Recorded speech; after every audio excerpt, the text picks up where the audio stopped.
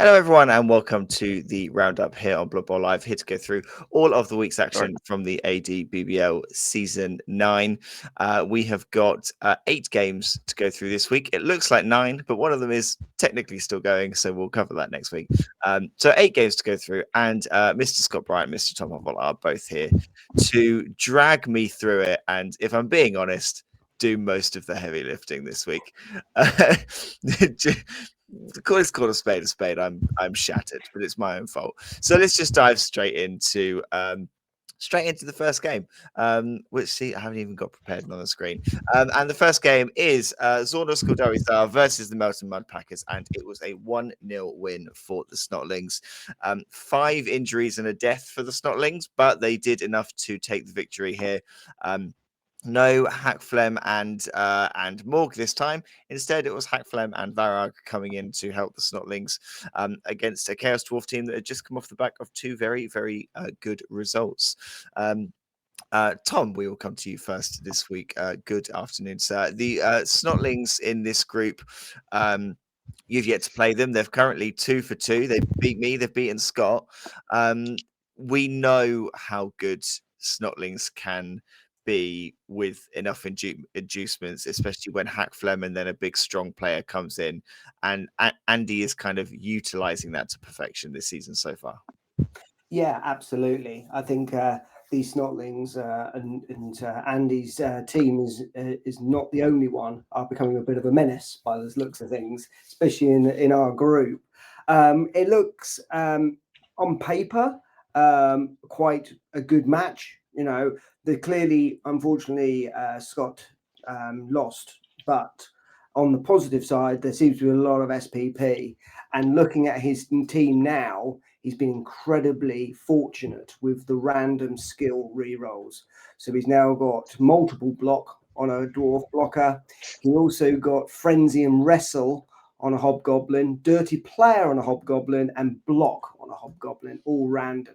So out of that, I think that was not a bad kind of progression on that side of things.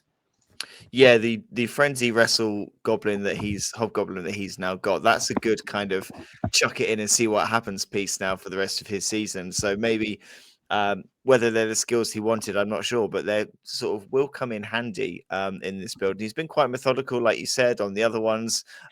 Block, tackle on the Flamesmith. He's kind of he's got guard on another one, so he's kind of being very sensible and got some SPP sat there.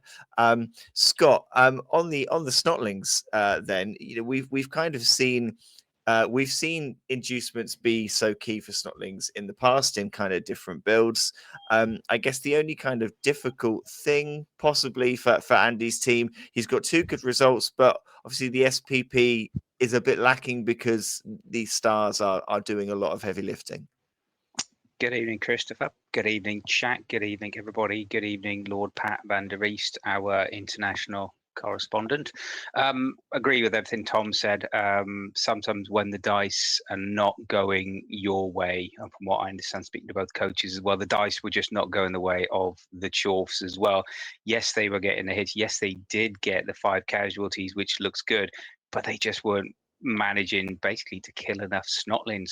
And when you are, as we mentioned, playing the one, big guy, whether it's Varag or whether it's,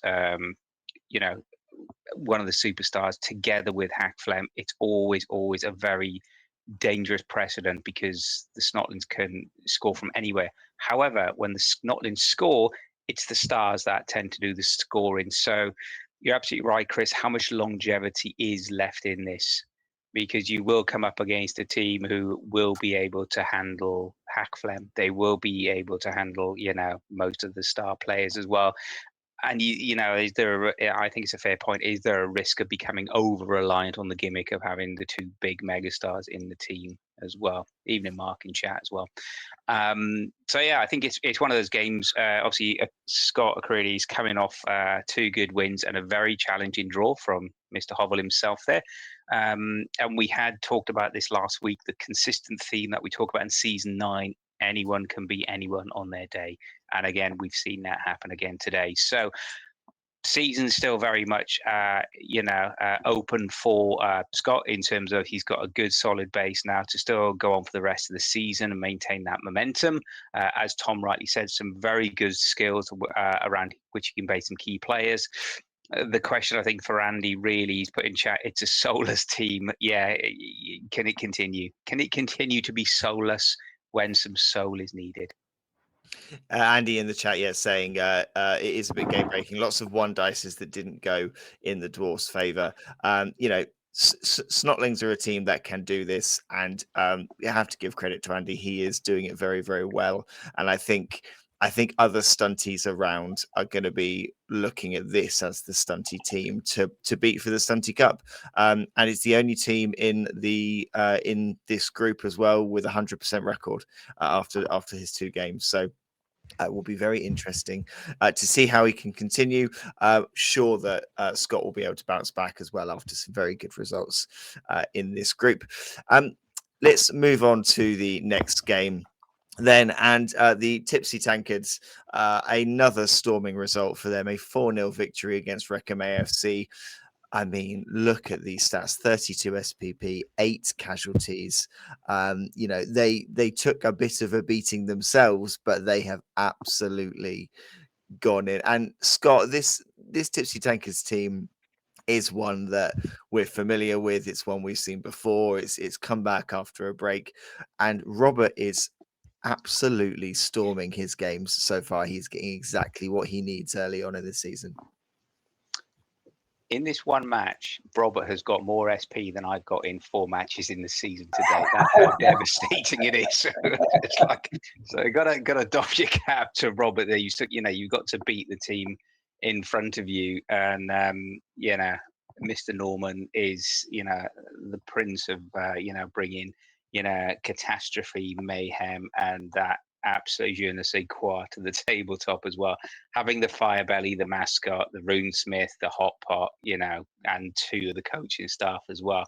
So yeah, it's still not an easy team just to get through. But the way he did it, and especially as it starts off with what is probably the death of the season, a Nobler lineman taking out an Horse Raider lineman. It's still at that point you're thinking, oh, you don't need that, but then all of a sudden he comes through it, and Robert, fantastic game. Scott's in chat, even Scott, and I think the Ogres did survive. Can you confirm as well, Scott, did you concede right at the end for the 4-0 just to make sure you kept those Ogres? I think it was think the Wizard who killed the lineman. Okay, thank you. I think looking at the from the Discord chat around the game, I think that is what happened to kind of save those Ogres, because I believe they were the only ones left on the pitch at the end of this one. It would have been absolutely sort of gang fouled to anything. I mean, looking at the Ogres in Scott's team, Tom. Scott he's committed to this. He's committed to the way that he wants to play this season. He's going for the randoms. He's now got 2 Ogres with Pile Driver, which one with Armbar. It was always going to be tough, and I think this. I would say this isn't a game that we can. It's tricky. I'm trying to think how to phrase this right. Robert with this team is exceptional. And Scott, to be fair, I think actually looking at Scott and what he's got out of this, he's got 3 casualties. He's got a 10 SPP. He has, he's done well with what he's kind of given himself this season. Yeah, but there's been quite a lot of stat busts going on this Tipsy Tankards. You've now got 2, well, one in particular, that High Harry, who is a very good skilled up berserker with Mighty Blow, Guard and Tackle, but he's now a couple of seasons old as well. That one, yeah. that one's been carrying stat busts for a while. Yeah, he's now got armor 7. He's also got a guard Norse Raider, Boozed Ben, who's a stat bust on movement. So they're starting to wear down by the looks of things. He's either got to buy a new lineman or have a journeyman next game, but not to really worry at all, because he's got 130k in the bank.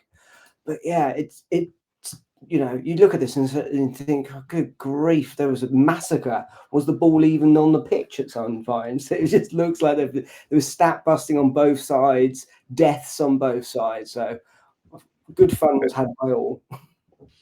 It's games like this, isn't it, where when you're up against a stunty team, if you want games like this maybe early in the season, they are ones where you can get a lot of SPP. Norse are a team that start with a lot of blocks, so you kind of expect them. But 32, I think, is up there with one of the highest I think we've ever seen. I can't recall. I'm recalling some Elliot Dwarf games where I think he's got maybe up to or close to that figure. This is this is a statement in this one, absolutely. Scott's in the chat saying 3-season build versus a meme team. I think 4-0 is a good result for me. Yes, in your words, Scott. It's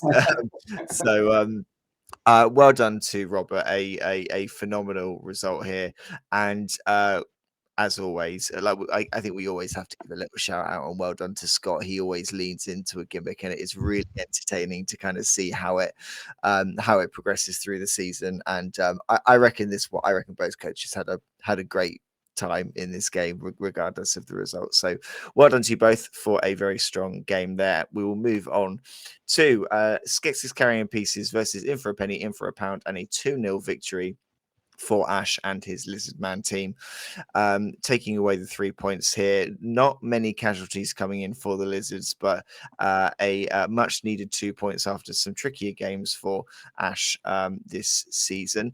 His season has definitely started to get rolling now.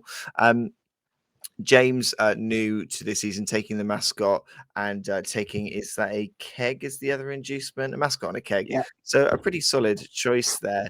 But Tom, Skinks can kind of punish teams. Nobility, not a particularly quick team. So the Skinks will have been a challenge to contain. Yeah, and it seems to be in a bit of a bloody week by the looks of things, because there's another death straight out on this one as well, and I think there's a few more to come in the next couple of games.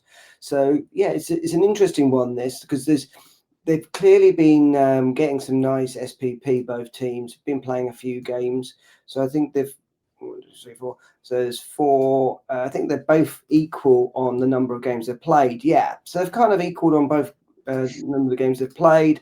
You've got block on that ogre, which is really nice on a period of vulnerability. You've got shadowing on a thrower, which that's nothing. But equally, Ash has got block on a Saurus and also block on a skink, which kind of gives it a little bit of kind of protection as a ball carrier. So yeah. Yeah, it's interesting looking at both lineups. These are 2 new teams, Scott, for this season. Neither of these are redrafted teams. Both, not a huge amount of skills after 4 games. Having said that, both coaches have saved up for a secondary block on a piece. So do we think they're playing kind of longer visions here with these teams? We're not, there are a few randoms possible out there, but they've not taken them on certain positionals. So a long game, maybe. I think you might be right, Chris. I think both coaches have definitely been very disciplined how they play. Ash maintaining the momentum from his previous 2-0 win. So he's had quite a mirror start to his first 4 matches, 2 2-0 defeats and 2 2-0 wins. So he's put himself in a good position, very good position for the remainder of the season. James' first season in, he's got his 1 win there, so that's good. And you're absolutely right. He's seems to be building, but in the right way.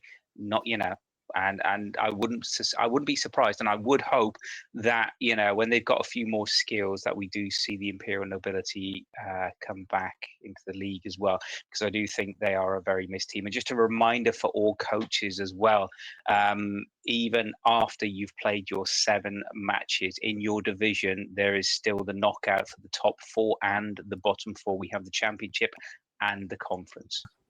Just putting that out there early. Okay. Yes, good reminder, Scott. I wonder why Scott is reminding us that the conference exists, but we'll get to his game later on. Well done to Ash for starting to build a bit of momentum here. Another tough game and another tough opponent for James. He is in a tough group here for his first season, but like we've said, block on that ogre is something that is going to be very handy moving forward. Moving on to our next game, and we have a bit of a headline match in the Longship group. It is John Reader versus Tom Huns, two former champions, and a 1-1 draw here. Orcs versus Dark Elves. 3-0 on the casualties for the Orc side, and one dead Dark Elf. And all even coming out of this game. And Scott, we probably knew that these were two who were going to be really battling it out at the top of this group. They probably looked at each other as one of the more difficult games that they had to face. I wonder whether a draw is something that they're both happy to take, maybe Tom less so because of that dead elf.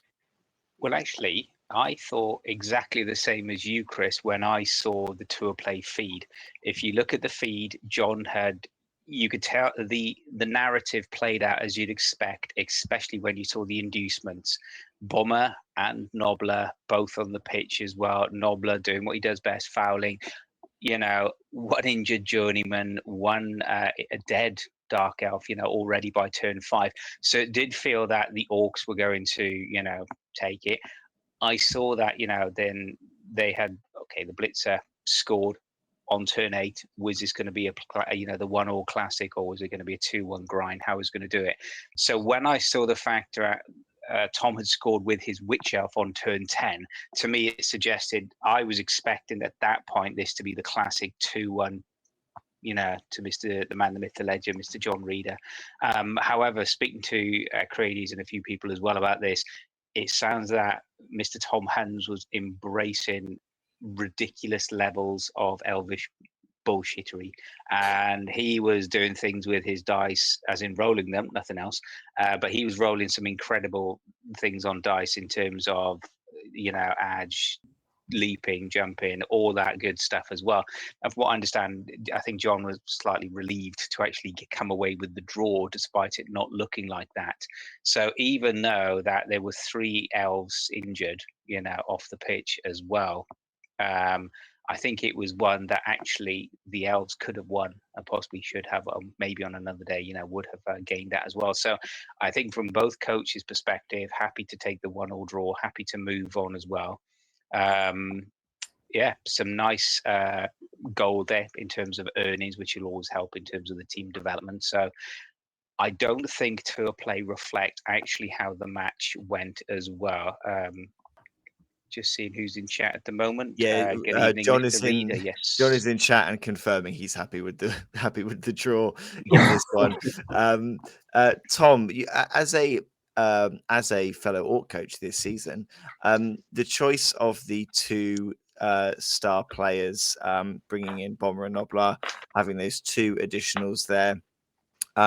Looking at kind of the team that you're facing in those Dark Elves, would you have made a similar call there? You know, was that the right play? Sort of John has clearly utilized them well with the fouling, and it looks as well, based on kind of what tour play is telling us, it suggests that and argue the call was successful. Oh, actually, no. Maybe they weren't both on the pitch at the same time. Actually, Bomber was second half. Chris. second half. Almost. So, yeah. Yeah. Would you have kind of taken a similar strategy against the Dark Elves? Yeah, I would. And I'd like to kind of find out, because obviously Nobler, with the fouling, because he's the chainsaw goblin. Yeah. It doesn't have any special like sneaky player or dirty player +1, does he? So the question, I was just curious as to why he was being used to foul, because obviously clearly fouling comes with risk. You can add your chainsaw. You can add +3. Scott's confirming in the chat. So Yeah. when you do the foul, you can add that chainsaw. Oh right. To it. Oh well, that's one to go back into the book of play for me. Yeah, absolutely. So Tom actually saying, sorry, gents. Tom actually saying in chat as well. You had 6 players on average each half, so good with the draw. Yeah, And he said there was a 6 on the scene by the ref. So obviously argued the call, got the 6. He's effectively turned. Scott's in the chat as well saying Nobler can use his special rule to chainsaw foul without using the foul action, so can't get sent off. He's effectively, I guess, John's turned all of those dark elves into snotlings, hasn't he? Because he's reduced, all their armor down to down to 6. But yeah, I guess I think a result that keeps this group nice and tight at the top, I think, which I think is really good, and shows how competitive all of our former champions are. Having some really hard fought, probably quite tactically thought through, prepared for games, coming out with a draw, and both coaches are looking at it and being pretty happy with that. So, well done to John, well done to Tom, and good luck going forward. Both looking pretty set at this point for the Champions playoffs, but still some games left to play. We're at the halfway point. We'll move on to our next game, and it is the Argartha Mewers versus the Waldenhof Blood Knights. A 2-0 victory for the Norse team. Jack having a very strong season this season, getting some really good results in against some strong coaches. 3 casualties for the Norse side against the Vampires. Tom, you're our resident vampire expert. You have played Jack before in previous seasons, possibly as vampires. I'm not sure. I can't quite remember which way teams have lined up. But how did you kind of see this one?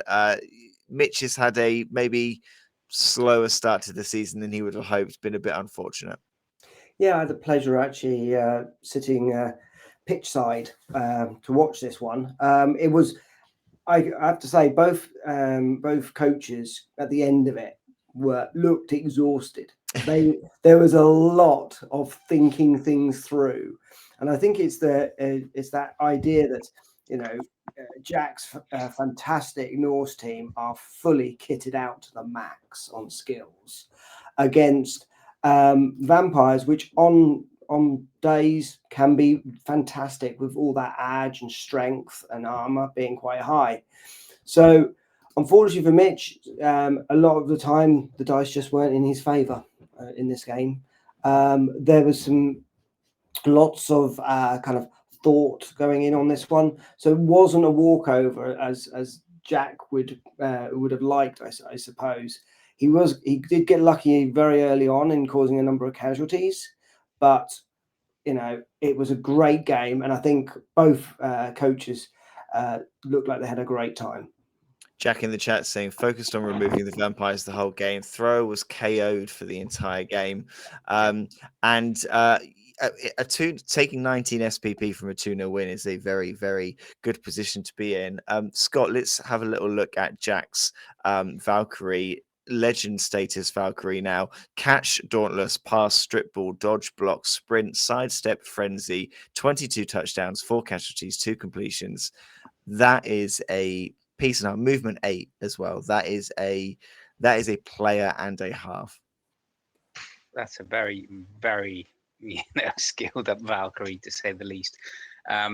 Is this season 4, Jack, if you're in chat? Is this season 4 for Steel G? He's done 2, so he's 3rd season, I believe. 3rd season. Okay, so to get that many, to get the stat increase plus then all of those skills as well, that's phenomenal, isn't it? Terrifying but phenomenal. So yeah, enjoy while you can, because this is Blood Bowl. That 1 into a 1 is just around the corner. It's interesting looking at the rest of his team. If you do take that player out, though, the second Valkyrie has got sure hands leader, diving tackle, kick, as well as the built-in skills. Ulf winners both have block. One's got guard and mighty blow. He's got frenzy, tackle, wrestle elsewhere on these players. This is a very, very strong team without the superstar in there. So I think Jack is he's stuck with this Norse. He knows how to play them. And he is really he's really he's doing what he knows best, and it is really come together this season. Jack in the chat saying was trying to farm SPP for Legend and had to run it back to the second half after not scoring in my receiving half. Well done to Jack. Mitch, I think he's had some unfortunate games this season. To be fair to him, he's played 3 tough opponents on good runs, and I think had some good games, but some very tough ones. Every season, I seem to pick a coach that in one way or another, I jinx by saying that I'm sure they're going to turn it around, and I feel like Mitch is my coach this season that I jinx. So apologies, Mitch. I will keep saying that I think you can turn this around. I think Mitch has realised in this game how effective Hypnogaze is. So I think he's suddenly realising that's going to be a secret tool for him. Have to say as well, just a call out to Mitch as well. His vampires are exceptionally very pretty on the tabletop. Aesthetically, they look very, very good indeed. So, well done to both coaches for what sounds like a stressful game, but a good result for the Norse. We will move on then to our next game, and it is none other than our very own Mr. Tom Hovel. A 1-0 victory for Justin here for the Elven Union side against the Boneyard Blitzers. Not a huge amount of SPP on either side here, by the looks of it. Now, Tom, I'll let you kind of tell us, how this one went. I mean, it looks like it was difficult from the off with that sweltering heat, and Torplay would suggest that it was quite close. All things told, how did this one play out? Yeah, it was a difficult one. The sweltering heat came into effect more in the second half because we held it to a 0-0 before the first half. I've played Justin a number of times in the league, and we all know Justin. He is fantastic Blood Bowl player, and his Elven Union team of one I think is one of his best teams, really. So he knows how to play this team well. I can happily say that I've moved the ball the furthest in any game against Justin in this game. I got it up to the halfway line. So that's where it stopped for me. My orcs need to learn how to hit things rather than just pushing them around. That was a real pain for me.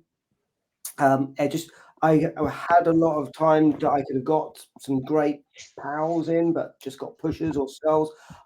Did the classic double skull into double skull kind of scenario. I got double skulls about 3 or 4 times, and then the sweltering heat took out a load of players.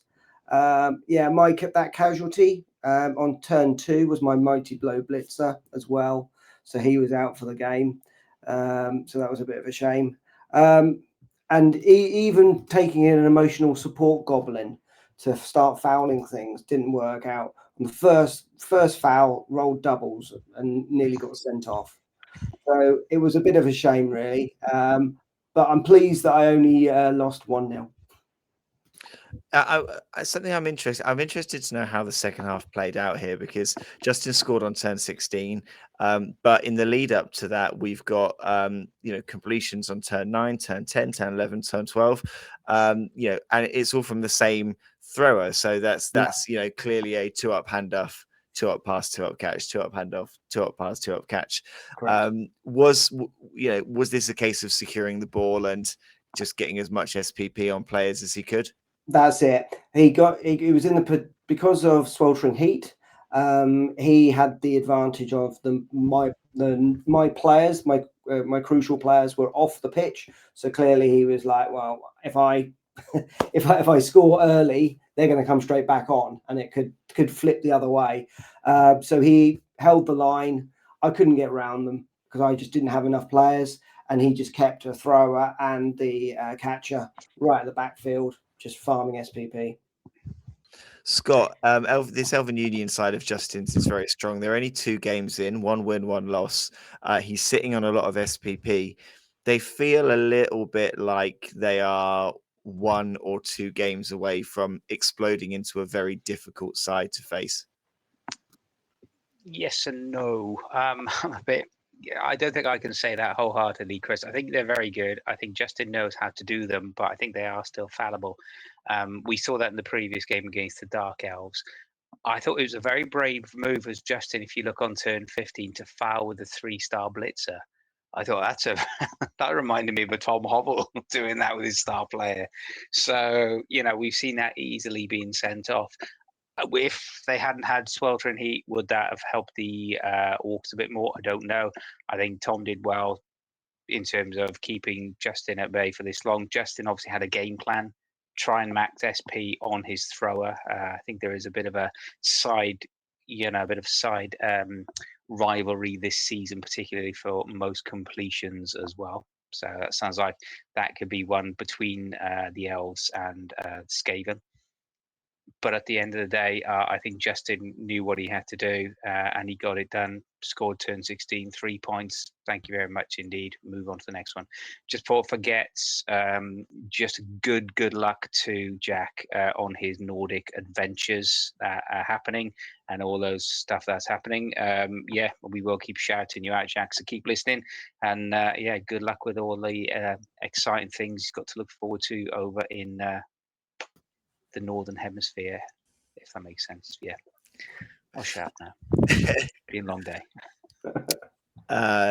Well done to Justin on this victory here. Tom, how many games have you got left to play so far this season? How many have left for you? I think I've got 2 more games. So one Dark Elf and the Blobby to play. There are 6 points in the bag for Tom Hovell coming up over the next few weeks. We will move on to the next game, and we jump from one co-host to another, don't we? A 2-1 victory here for Jamie and his World's Edge Berserkers over the Dark Elves. 4-0 on the casualties here. Scott, I'll let you tell us how this one went through. I guess based on kind of previous roundups and looking at your team before, hey, you got 7 SPP. Is that close to max that you've had this season?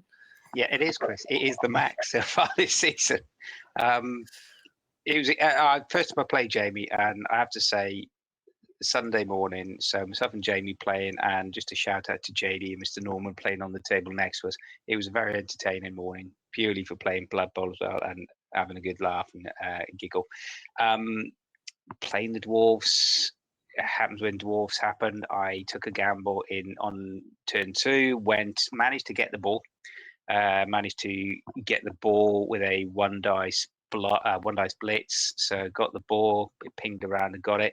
And after that, it was a bit painful. It was very chastising being in and around Dwarves. And Jamie was definitely the lord of stumbles on Sunday. Every dice roll seemed to have a stumble. When you don't have dodge, of course, it's a very long day. Armor 9, I had better luck with Armor 8 on Wood Elves than that. Again, 5 casualties against. At one point, I also had 2-3 in the KO box. Well, APOC was consistent, so all coaches will be really pleased to hear that. The APOC was consistently shit. It turned a 15 into a 14. Go figure. So, delightful. And Jamie did it well, stalled out, got to half-time 1-0 up. I think I had 7 players back on the pitch at that point. So I went for that quick score in the second half to at least give myself a chance, got to the 1-1. And after that, as you can see, another couple of injuries, not including the KOs, and Jamie held out to turn 16. I did almost have a chance for a 1 dice blitz, doing a couple of ridiculous dwarf dodge outs, elvish dodge outs. Didn't quite get it. The amount, and even I think I had some sympathy and pity of Scott Norman, which was just maybe smart. The amount of skulls, the amount of ones into ones on failed re-rolls, dodges. If I had to do a 1 dice uphill, it was guaranteed a skull, and it was one of those. As a coach, you could either be really super salty about it, or you just take it and say, that's Blood Bowl, you just got to get on with it and look and see where you did it. I didn't think I played that badly. I think I played okay, just got screwed over by the dice. That's my humble opinion. So well done, Jamie. He played well. The Dwarfs are starting to be very, very scary. Yeah, only Mighty Blow on 3 players. People will be pleased to know. So don't worry about Mighty Blow. And guard. I know, just in guard as well on them as well. Yeah, four guard just pieces. guard all that tackle, of course. All that tackle, kick him round as well. It's just, yeah. So my ambitions for season 9 are now, can I get a casualty? And then we'll call it on that one. So yes, yeah. Tom, let's have a little look at Jamie's team here that he's got. He's got a few players that he has redrafted, a lot of players with some SVP. He's been very methodical with the block guard mighty blows that he's spreading out, similar to previous seasons where we've seen lots of guard mighty blow pieces across the board. And this is going to be a really tough team for anyone to break through, because it's going to be a big block guard wall on the offense when you're trying to get past it, and when they're trying to get past you, the mighty blow everywhere is going to make it a really tough team to face. Yeah, it looks like some kind of elf death squad, doesn't it? It's horrific. It is, Tom. It is. Yeah. It's I pity the whoever's playing next. I don't know how many games he got left, but that was only Jamie's second game of the season. So he's 2 for 2. And just a big thank you to Mr. Scott Norman in chat. He's saying this was beautiful to watch. Scott showing everyone exactly how not to roll a 2+ on multiple occasions. We are here as part of, obviously, Monday Night Roundup and You Guys Please. We are here to help, support, inform, and educate. You know how not to play Blood Bowl. Yeah. So do we think that this dwarf team is going to take the scalp of Icarus 2? Maybe they could be the one that could stop that. Yeah, they could be the one, and that is a game that is coming up soon. So yeah, I think. I mean, Jamie is always, I think, a bit of a dark horse, because actually, when you look at his results in previous seasons, he only ever plays dwarves. He is always there or thereabouts. He always gets some good results in. He is one of the tier 1 pot 1 coaches for a reason, and that's because of his consistency with this team. So they are going to be very tough for their next opponent. There's a game ongoing at the minute. They paused it. It was started yesterday. I think they're going to restart it again soon. It's currently, he's winning that 1-0, so that would be 3 for 3 in his first 3 games. So we will have a little look at that one another time. But word on to Jamie. A tough season so far for Scott with his Dark Elves, but confident. Look at the Wood Elf season. That was a run to the conference final, and then a good second season. So straws and clutching are the phrase that pays tonight, Chris. But thank you. We will go to our last game then, and it is a 2-0 victory for Reckham AFC's Ogres versus the Doombringers. 2-0 on touchdowns, 2-1 on casualties, and 3 injuries each. A good amount of SPP coming in for this team as well. And the Ogres, and Scott plays Stunty really well, Tom. Scott knows how to play Stunty. He knows how to make the most of it. He's given himself probably the biggest challenge he's given himself this season. He's in the chat. He's saying, put 11 on the line. JD responded as he was going to punch first. Ogres fire belly hit and removed almost half the Dark Elves on turn 1. JD had like 4, I think 3 or 4 on the pitch. By the end of the first half, only 2 Dark Elves left on the pitch.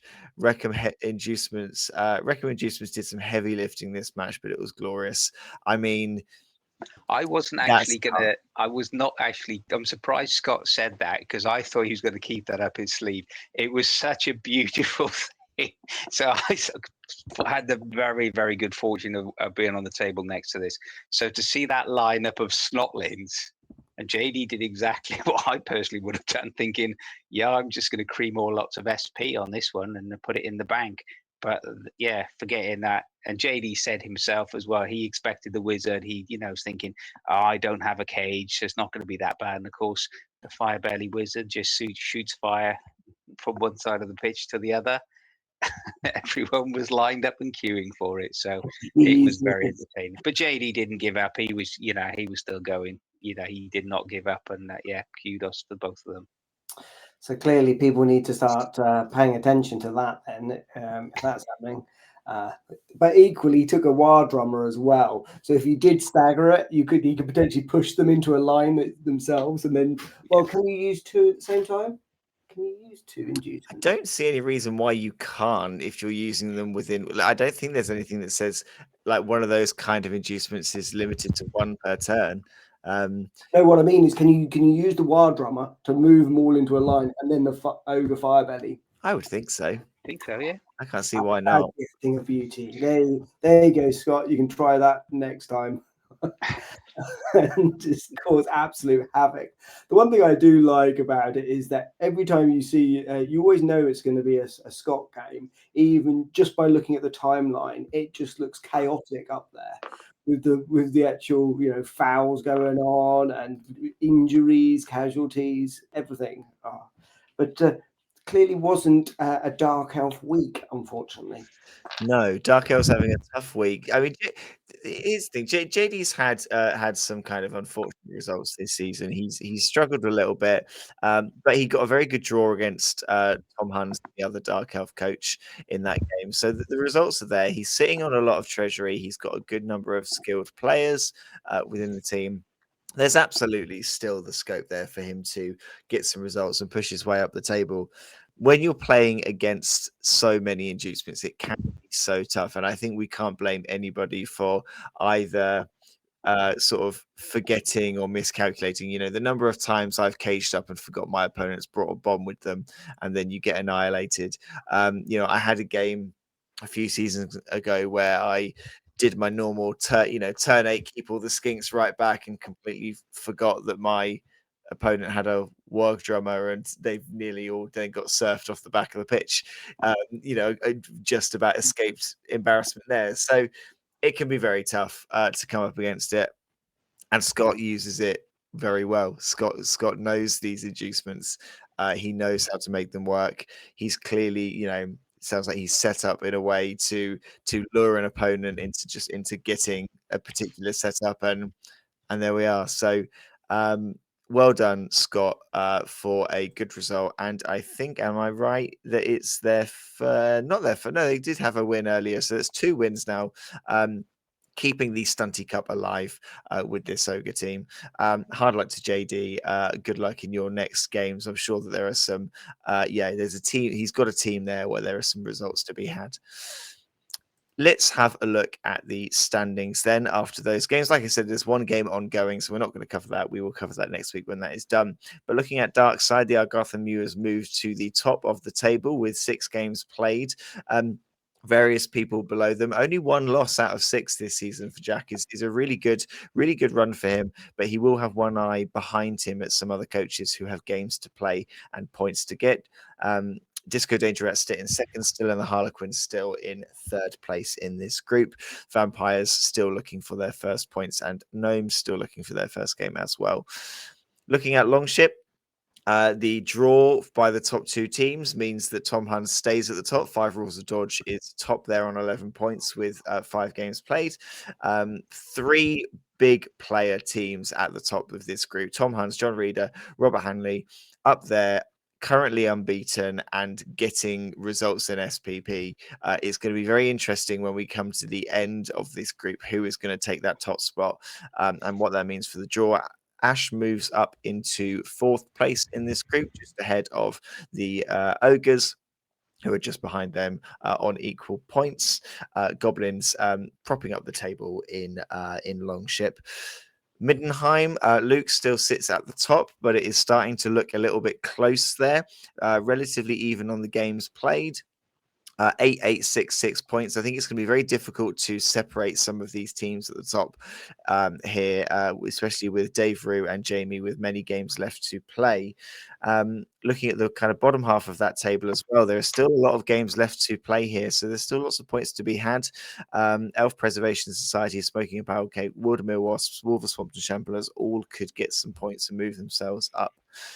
And looking at Swamp Dome, Mighty Ducks still currently sit top of that group on 12, and Melton Mudpackers move up into 4th place with 2 wins from 2. a few games left to be played there, and a few teams, the Snotlings at the bottom, still looking for a first win.